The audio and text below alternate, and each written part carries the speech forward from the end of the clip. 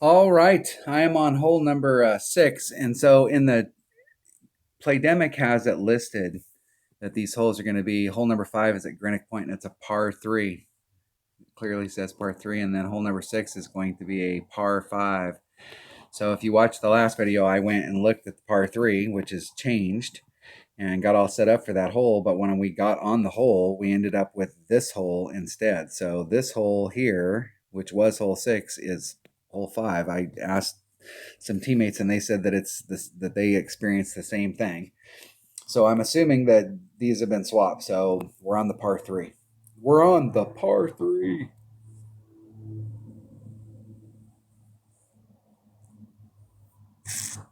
So we're back on this hole, again, and I'm going to, this has been reconfigured, and I'm going to take this side on the right to see how I can run up to it.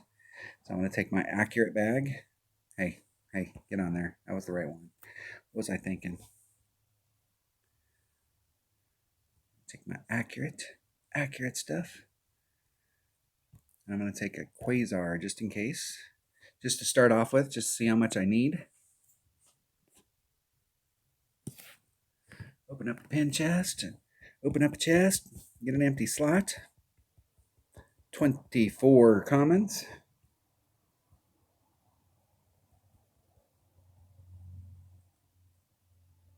And a few more. Looks like 20, another 24. Somewhere around 50.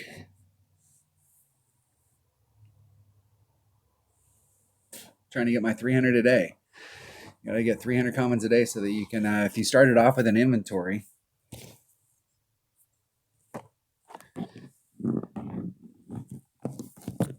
All right, here we go.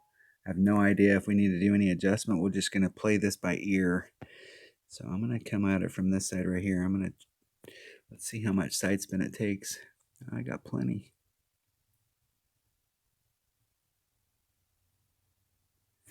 See how much, we'll see if that ball guide's lying.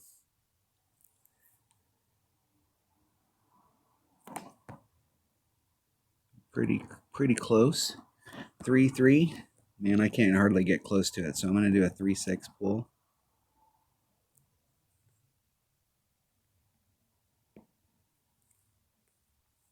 Trying to hit it perfect. Hitting it perfect. And that was a 10%.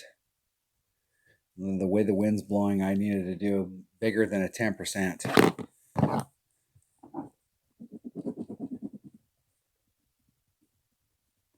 And I'm going to make a massive jump to the other side. So the deal is I was at 10 and it pushed me off at least a couple rings. So I'm going to do a 25% pull. I want to try and get on the what I want to try and do is get on the left-hand side of the cup. So that means I would have over pulled it. And then I can work back towards 10%.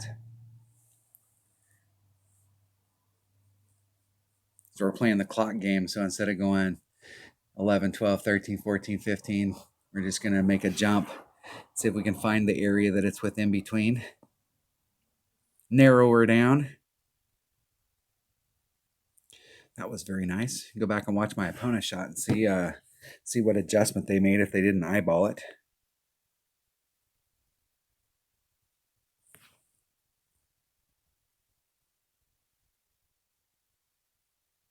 It's really too bad they changed this hole because there was a way to come at it from the right where you could walk your ball guide down to it. It was still a low percentage, but you had a pretty good shot from the right. I mean, you had a decent shot. The racetracky stuff on the left-hand side, you pretty much have, you're going to be close every time. Every time you don't epic fail. I'm going to play the shootouts today.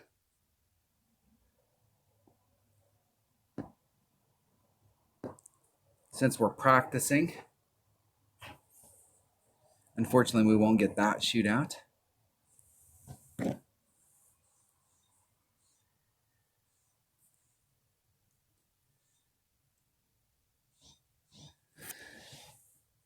I think to hit from where I want to hit here, I need to bring a katana at a minimum, probably a kingmaker. And it'd probably be better to bring a kingmaker to give myself more room in that rough than a katana. And I think the last time we were playing it where we played that rough up, we used a kingmaker.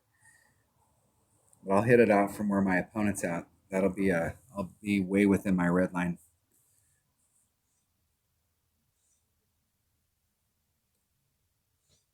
Normally you do a 10% wind adjustment here with that little bit of headwind.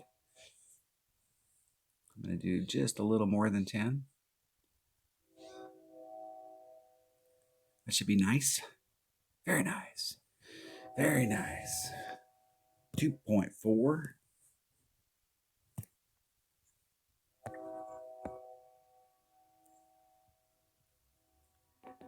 Give myself as much separation out here as I can.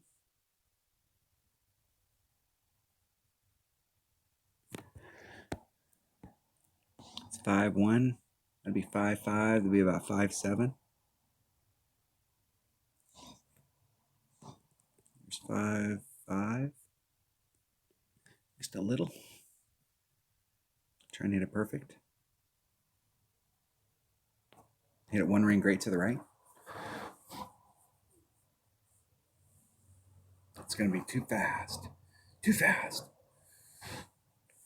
El perfecto. Not quite perfect. It was 1.06 away from being perfect. But I hit it great to the right and ended up on the left. What does that tell you?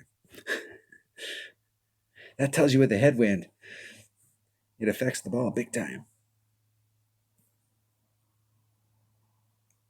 All right, that was hole number 6 of the Highlands tournament and Monday's practice round in the rookie division. Thanks for watching.